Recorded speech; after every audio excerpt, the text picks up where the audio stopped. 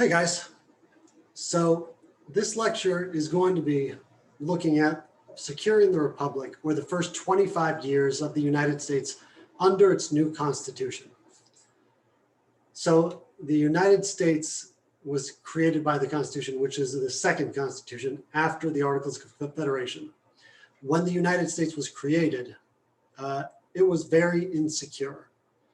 It was the first republic or representative democracy the world had seen since the time of the Romans.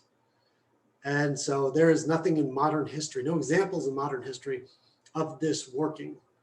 And on top of that, a lot of the countries in the world wanted to see the United States fail, because the existence of a republic where the people in that country get a say in government was not the norm in the world. And so if you are a monarchy, the existence of a republic is a threat to you, because it tells your population that humans can govern themselves. So all the monarchies of the world, which is most of the world, wanted to see the United States fail. And it will take 25 years for the United States to be secure that it can survive. And that is what this lecture is about. The first 25 years in which the whole experiment of the United States under its new Constitution was in question of whether it could live or not. And in looking at this, we're going to focus on three things. First and foremost, under this new government, would the United States be strong enough to deal with its internal or domestic problems without being too strong of destroying individual rights and liberties, individual and states' rights and liberties? The federal government is all powerful in the United States, but if it gets too powerful, it will encroach on the freedoms of individuals and also of states. So first, could it deal with its domestic problems?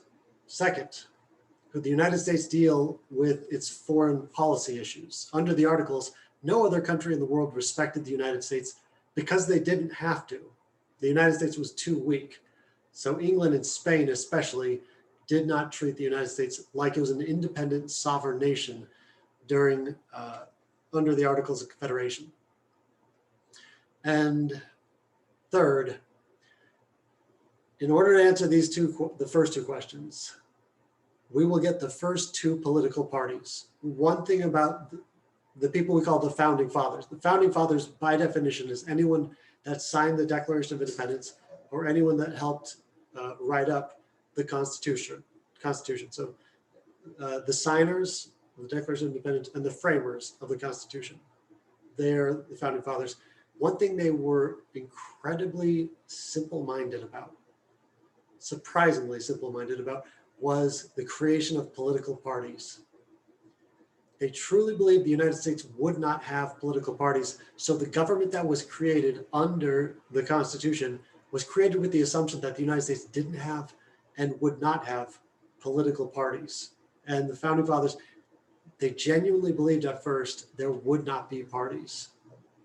And it's very simplistic on their part. But so how was this new government? How did this new government run? Remember, the Constitution, it sets up the framework for this new government. So now it has to be implemented. So the first thing to be done is hold an election, the very first presidential election. And this is important for the future lectures, and you need to know this. The United States Electoral College system started out differently. So the Electoral College system that we use now, it is not how this country started. Our elections have changed in all sorts of ways since the beginning. And originally the way it worked is every elector, there's every state has a certain amount of electors. So Georgia has 5 electors, South Carolina 7, Virginia 10. Every one of those electors gets to cast 2 votes. And they write down the names of the 2 individuals they think are most qualified. They don't say who they want to be president and who they want to be vice president. And they don't say who's in a party, because there are no parties. So they just say the 2 individuals they want to be president, or the 2 individuals they think are most capable. And the person who gets the most votes is president. The person who gets the second most votes is vice president. And it doesn't take into account parties. That is the best piece of evidence. It's how the electoral college system worked at first. That shows the founding fathers did not intend for parties to ever exist. When they held their first vote, George Washington was elected unanimously. George Washington is one person in the country everyone could trust. He brought legitimacy to the entire government. Without him, it is hard to imagine, well, it is impossible to imagine how the United States comes into existence the way it is now. So he is the first president, only president ever elected unanimously. And vice presidency went to John Adams of Massachusetts. Now, when the first Congress got together, the first capital of the United States, by the way, is in New York City. New York City was intended to be the original capital of the United States. And so that is where the first Congress met. Read in your notes about what the first Congress did. One of the main things they had to do is fill out the courts. The federal judiciary is not filled out. In the Constitution, it just calls for Chief Justice, and Congress is supposed to fill out the rest of it. So first thing they have to do is fill out the court system. The very first Chief Justice of the United States is John Jay. I've seen a quiz show where they asked who the first Chief Justice is, so you might win money with this someday. John Jay is one of the authors of the Federalist Papers, and he will be the first Chief Justice. And the other thing that Congress did is fill out the court system. And this is important because the court system is not filled out in the Constitution. That is something that it was left up to Congress to do. So Congress first added more seats to the Supreme Court. They added 5. So originally, it starts with only Chief Justice. The first Supreme Court we have, though, has 6 justices, so an even number. So 9 that we have, the United States has currently. It's what we've had for the longest, but it's not in the Constitution. Other thing Congress did is create the federal judiciary. This is what the federal judiciary looks like to this day. The very top is the Supreme Court. Below that, you have a Circuit Court of Appeals, and there were 3 of them throughout the country. And below that, you have federal district courts. And there is 1 federal district court in every one of the states. It's 13. And that's obviously increased with time. So all those court systems have expanded because the United States has grown bigger and our population has grown larger, but it stayed fundamentally the same. That's probably the biggest reason they did not fill out the courts in the Constitution, because they knew it was going to expand along with the country.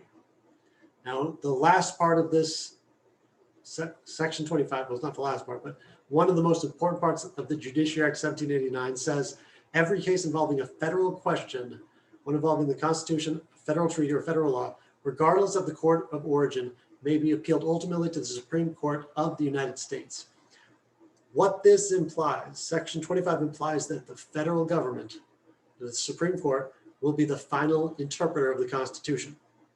Constitution does not say who will be its final interpreter, but Section 25 implies it will be the courts, that there will be a fight over that. So the court system was filled out, and then they had to create the cabinet. Now, nowhere in the Constitution does it say the cabinet, does it talk about the cabinet. You know, cabinet is the assistant, basically the secretaries for the president of the United States. So they're in the executive branch. The executive branch, the presidency, it does not say anything about having a cabinet to advise the president.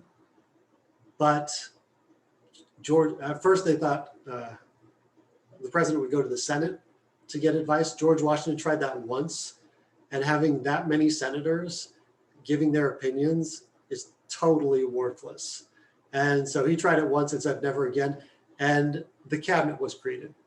Now, you need to know what the cabinet is because it's just really important. Most of you probably do, but the cabinet are the secretaries that work to advise the president in certain areas. In 2021, we have 15 cabinet members. Secretary of the Interior, Secretary of Defense, Secretary of Health and Human Services, Secretary of State. When the country was first created, there was only 3. A Secretary of War, which was Henry Knox. Henry Knox, that's who Fort Knox is named after, the leader of the Nuremberg conspiracy. He was the first Secretary of War. We don't have a Secretary of War anymore. We changed it to Secretary of Defense in the Cold War, 1947. Just as a PR move, it sounds better than Secretary of War. For Secretary of State, one of the most important positions in the entire US government is Thomas Jefferson. Secretary of State deals with foreign policy. And finally, Secretary of the Treasury, person that deals with America's finances. These are the 3 cabinet positions, and the person that filled that was a guy named Alexander Hamilton. And it is important to know a little bit about him because he is incredibly important to the founding of the United States and to the founding of the first political party. You don't have to know all the details about Hamilton. I'll tell you the part you do need to know, but you don't have to know this. Hamilton, he's so fascinating. Of all the major founding fathers that we think of, Washington, Madison, Monroe, Franklin, Jefferson, he is the only one that was born not only poor, but also illegitimate. So he was born to a mother, and he knew who his father was, but his father was not in his life at all. And he wasn't even born in the United States. He was born in an island called St. Croix. And he was, he ended up in the West Indies. He started in the West Indies. And then when he was born really poor, he was a genius. From the very beginning, everyone could tell Hamilton was a genius. And he was not shy of making sure everyone knew he was a genius. When he was, if he had a saying, it was fortune smiles on audacity, because he was always sure he was right, and he did whatever he wanted to get what he wanted. And he was just incredibly arrogant, and he kind of deserved to be as arrogant as he was. It's not an appealing quality, but he really worked for it. That's what he said at 14 years of age, admitting his fault. To confess my weakness, my ambition is prevalent. I mean, what kind of 14-year-old even talks like that in the first place? But also, my one fault is ambition. He was ambitious, and to make a long story short, he ended up getting the people on his island to pay for him to go to New York to go to college, because he showed he was a genius. And he got to America right as the American Revolution was starting. Well, if you're a young, ambitious kid, war is the greatest thing you can get involved in, because war means you have a chance to distinguish yourself. So Hamilton joined up. He was an all-out revolutionary, and he made it very obvious he was brilliant. So all the generals in the army wanted to get him on their staff. Hamilton refused until Washington asked him. Because if you go on a general's staff, it means you spend all day in a tent writing letters. Hamilton didn't want to do that. He wanted to become a war hero, which means being in battle. But when Washington asked him, he said yes, and he became Washington's right-hand man. Throughout the entire American Revolution, most of Washington's writing is actually Hamilton's writing that Washington just put his name on. Hamilton was 22 years old at this time. So Hamilton is now second in command to the most important person in the United States for the colonists, and he did a brilliant job. He made such a stink about wanting military duty, even though Washington kept rejecting him. Finally, he forced Washington to make him, he threatened he would quit completely unless Washington gave him a command. And so Washington ended up relenting, gave him command of an artillery unit, which is cannons, so he could make sure Hamilton wouldn't be up in the near combat, where it was the safest position for Hamilton, being commander of an artillery unit. And he got to be commander of artillery unit right as the battle or the siege of Yorktown happened. Now, in a siege, the most important units, arguably, are the artillery. Definitely the most important units. So Hamilton and he did a brilliant job at that too, and he became a war hero. While he was in the Continental Army during the Revolution, he spent his evenings reading economics and reading about why the British economy was the best economy in the world. So when England was a world superpower, reading about how economies work, reading about banking systems. And so he spent his time studying, and that is how he would have the knowledge to become Treasury Secretary. After he left the military, war hero, he then went on to get a law degree, and then he wrote what he wanted in a wife. She must be young, handsome. I lay most stress upon a good shape, sensible, a little learning will do, well-bred, chaste, and tender, of some good nature, great deal of generosity. In politics, I am indifferent what side she may be of. I think I have arguments that will easily convert her to mine. So Hamilton doesn't care what his wife's political views are because she'll just adopt his anyway. As to religion, a moderate stock will satisfy me. She must believe in God and hate a saint. She must have money, the more, the better. He ended up marrying a woman named Elizabeth Schuyler. The Schuyler family is one of the richest in all of New York. So he got exactly what he wanted in a wife too. After this, he is the one that will call for the Constitutional Convention, and he was at the Constitutional Convention where he kind of he really embarrassed himself by calling for getting rid of the states. But he wanted, what he wanted, and this you do need to know, was his basic purpose was create a strong federal government. So if you asked Hamilton what is the purpose of government, he would say power, having national power. And that is his main objective, is to create a government that has power. It wasn't just arbitrary that he wanted this. The reason he wanted government to have power is so it could have stability. Because if you're going to have a government, it has to be able to make a stable society. And so that is what his basic purpose is as in politics in general, but as Secretary of the Treasury specifically. There's more power in the federal government. And the reason for that is because of his philosophy. He believed that humans were inherently bad. All humans are motivated by money and power. And that's true across the board. But he divided humans into two classes of people: the mob, the mass, the many, and the few, the wealthy, the elite.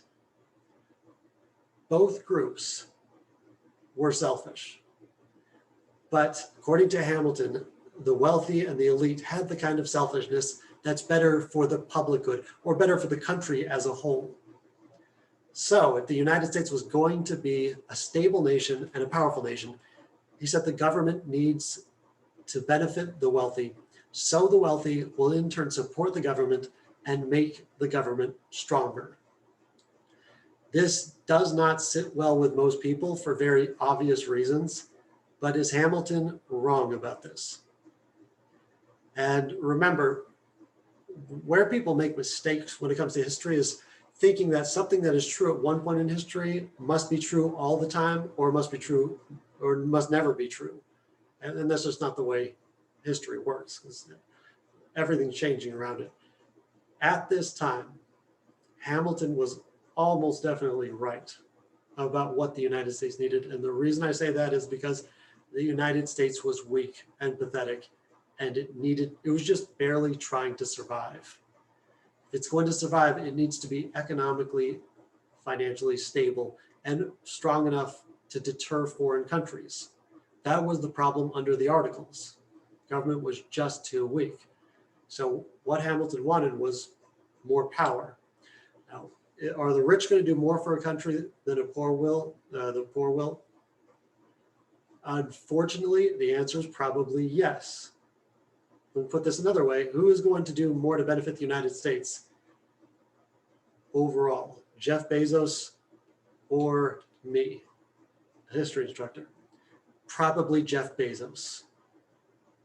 Any other country in the world, if he wanted to be a citizen, they would say yes, because he will make whatever country he is a part of a little bit stronger.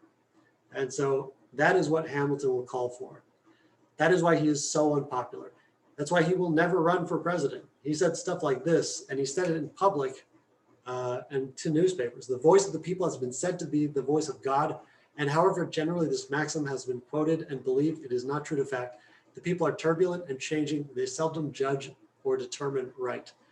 Again, I'm not saying Hamilton's right about everything. He definitely was not. But this is what will keep him from ever running for the presidency himself, is he was just too unpopular, and he knew that. That's why if you go to Washington, D.C., the only statues you can find of him is a small one at the Treasury Department. And, before the play Hamilton, no one visited Hamilton statue. Very, very few people did. Everyone went to Washington Memorial, Jefferson Memorial. So Hamilton, he will do everything in his power to make the federal government stronger as Treasury Secretary. And this is Hamilton at his very best. What Hamilton does as Secretary of the Treasury is fairly universally acknowledged as being good for the country and what the country needed. Again, these years as Treasury Secretary is him at his very best. And he will, in Washington's first administration, first 4 years in office, his economic policies will be the main issue. And he will do several things. First was his report on public credit. I'm not going to go into all the details of this, but basically this is dealing with the debt of the United States and the debt of the states from the American Revolution. Fundamentally, what it was doing was earning credit for the US government by handling its debt. So you don't have to memorize all the details of how it worked, but funding and assumption are the two parts of it. Funding deals with the national government's debt, and assumption dealt with the state government's debt. So funding and assumption are meant to handle the government's debt and have the federal government assume states' debts. And that way, the government will build up credit, because that's how individuals build up credit. That's how the government builds up credit, is they handle their debt. And it makes, read about it in your notes, but I won't ask you to memorize it. Report on Public Credit is where he ran into his first opposition. And it came from someone that he had considered a friend, James Madison. Madison was in Congress, and Madison really opposed this, as did Thomas Jefferson, Secretary of the Treasury, or Secretary of State. The report on public credit, it will end up passing, and it will be beneficial for the United States government. It will make the country economically stronger when it passes. It also is the reason that the capital of the United States is in Washington, D.C. The capital was in New York, but Hamilton, he could not get his report on public credit passed until he, Thomas Jefferson, and James Madison met in a room, and no one knows what they talked about specifically, but all we know is when the three of them went into a room to meet, the capital was in New York, and Southerners opposed this plan. And when they left, Southerners supported the report on public credit. It will end up passing, and in turn, Hamilton promised that the capital of the United States would be moved south from New York to Philadelphia from 1790 to 1800, and then after 1800 to Washington, D.C., where it is now. That is why the United States is one of the only countries in the world whose economic and political centers are in two different places. Our economic center is New York. Our political center is Washington, D.C. Most countries in the world, London, Paris, Beijing, Tokyo, most places, the economic center and the political center are the same places. This will pass, and it works really well, and it makes the United States government economically stable. His second report is a report of the National Bank. You don't have to memorize all the parts of it, that it was chartered 10 million for 20 years. You don't have to memorize all of that. But what you do have to know is the political fight that came from this. And this is really important. When Hamilton issued his national bank, it led to the first debate over the constitutionality of an act of the government, because Northerners supported the bank. It was going to benefit the North more than the South. Southerners will always have a very strong disliking of banks, and so they really opposed it, especially Jefferson. Jefferson and other Southerners screamed it's unconstitutional. So Washington was so concerned about this, Washington will ask Thomas Jefferson and Alexander Hamilton to each write reports in defense or stating their position on this. And this you absolutely must know. It's a debate that we continue to this day. This is the first time we have a constitutional debate over whether the Constitution should be interpreted strictly or broadly. And you need to know the definitions. A strict constitution, reading a constitution, is what Jefferson argued for. He wrote his first, and he said the Constitution should be read literally or narrowly. If a power is not clearly given to the government in the Constitution, he said, it does not exist. Because the Constitution doesn't say the government can create banks, he said a bank is unconstitutional. Jefferson will call for a strict construction of the Constitution because fundamentally, if you believe in a strict construction, it means the government will be weaker and smaller. Hamilton, in contrast, Washington liked Jefferson's argument and probably would have gone with it, but then Hamilton got a rebuttal, and Hamilton was just brilliant, and he wrote a broad construction, which means reading the Constitution loosely. Do not say this means the Constitution can be read loosely. You can get whatever you want out of it, because that's not what loose means.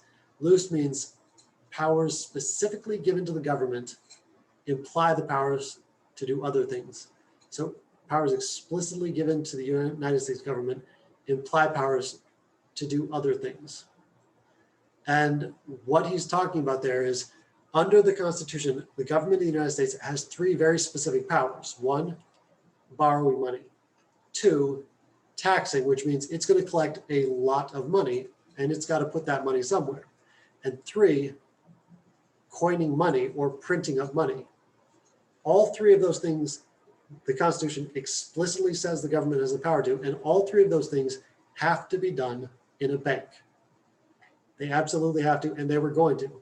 The question is, was it going to be a bank created by the United States government? So Hamilton, with a broad construction, argued the specific powers to do one thing, or in this case, three things: borrow, tax, and collect money, and print money, imply the power to do another thing, which is, in this case, create a bank. And this all came down to one part of the Constitution, the part of the Constitution that is very vague on purpose. Article 1 lists all the power of the legislature of Congress, and Section 8 just lists out the powers, and the very last part of it is called the Necessary and Proper Clause, or the Elastic Clause, and it's written so vague as to leave the door pretty wide open about what the power the government has. Congress has a power to make all laws which shall be necessary and proper for carrying into execution the foregoing powers. In this case, the foregoing powers are the ones, the specific ones specifically mentioned, borrowing, taxing, and coining money, implied a bank. Ultimately, Washington would side with Hamilton and Hamilton's argument. Ultimately, the courts will side with Hamilton's argument, and ultimately, Hamilton's argument will carry the day, although it is something that we debate to this day. But this is, you must know, this is the first debate over the constitutionality of an act of Congress, and also where we get strict and broad constructions of the Constitution. So the bank was created and it functioned exactly like Hamilton said it would. It would be around for 20 years until its charter expired in 1811. Keep that in mind. And third, his report on manufacturers. He will not get this passed, and you don't have to know anything about this except this is what shows Hamilton was one of the most advanced economic thinkers of his time. What he will call for in here is a much more advanced economy, and he would call for the government to support the country in its growth.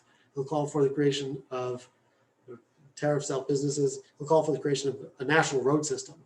We won't get that till Eisenhower with the Interstate Highway Act. And he's just way ahead of his time in terms of economic thinking on this. And everything he called for will pass eventually, and it'll all turn out to be very, very useful. So those are his three programs, and what did it ultimately do? One, it made the United States financially stable.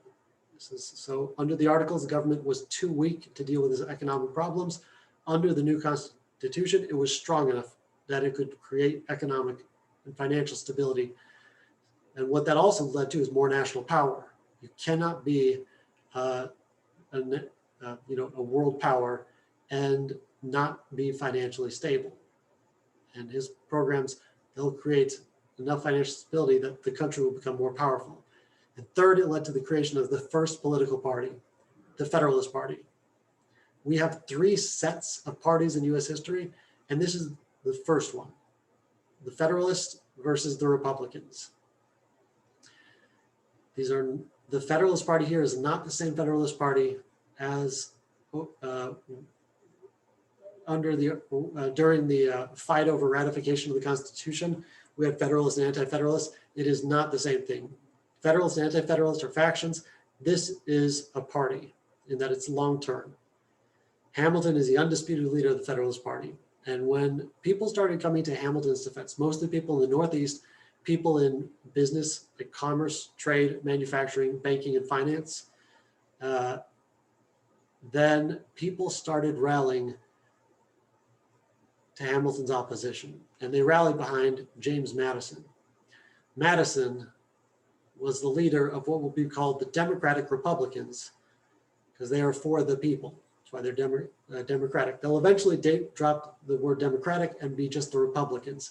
This is not related to the same Republican Party that's around today. This party dies out. The modern day Republican Party, that's created in 1854, and we'll get to that later. Madison was the initial leader of the Republican Party, but he intentionally stepped down and put Jefferson in charge.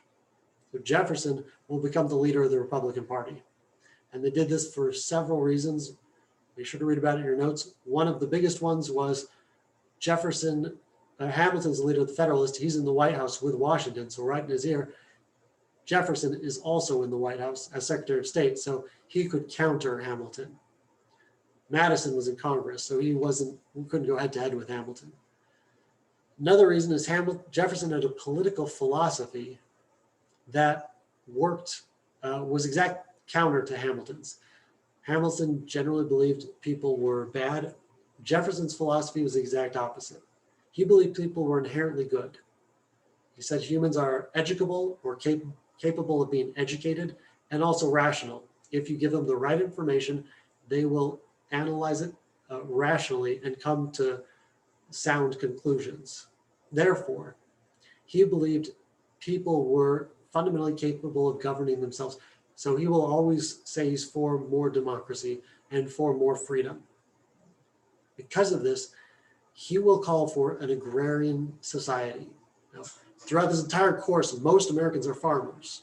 If it was up to Jefferson, he would have liked most Americans to stay farmers forever. He didn't just believe it was the best job. He believed it was God's chosen, farmers were God's chosen people. Believed that it's not just the best career, it makes the best humans. And so Hamilton knew the United States was going to be overwhelmingly agricultural. So he called for the US government to promote other sorts of businesses to make a more advanced economy. Jefferson will always oppose that. He will want the government to stay out of helping business or helping promote business in any way, shape, or form. So he will be an agrarian. It's easy to understand why. If you've ever been to his home, Monticello, it is a very, very nice place. He had hundreds of slaves. So when he talked about agrarians, he does not represent most farmers. He had managers overseeing his slaves. And so when he said he was for an agricultural-based society, the type of agriculture he was talking about is different than the vast majority. And we'll get to that later. So because of this, he will be for a more democratic system. And his rhetoric is always much better than Hamilton's. That's why he has been so much more popular. It's because his rhetoric is more democratic, believing people are inherently good. It just sounds better, especially if you live in a representative democracy.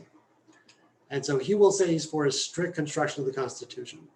A strict construction of the Constitution means the government will be smaller and weaker, which means it won't promote business, which means it will stay an agricultural-based society. So these are the two parties, the Federalist and the Republican Party. Jefferson and Hamilton will be the leaders. And by the end of Washington's first administration in 1792, it was obvious there were two political parties. Washington said he wanted to retire in 1792, but both Jefferson and Hamilton said, you cannot, you've got to stay on for the good of the country. And so there was no competition for the presidency in 1792, but there was a fight for the vice presidency. John Adams was a Federalist, so the Republicans nominated a guy named George Clinton of New York. Adams will win, but what it showed is two political parties were forming. Washington would win again unanimously, and he will serve another 4 terms, and he will say later that serving another 4 years was the biggest mistake of his life.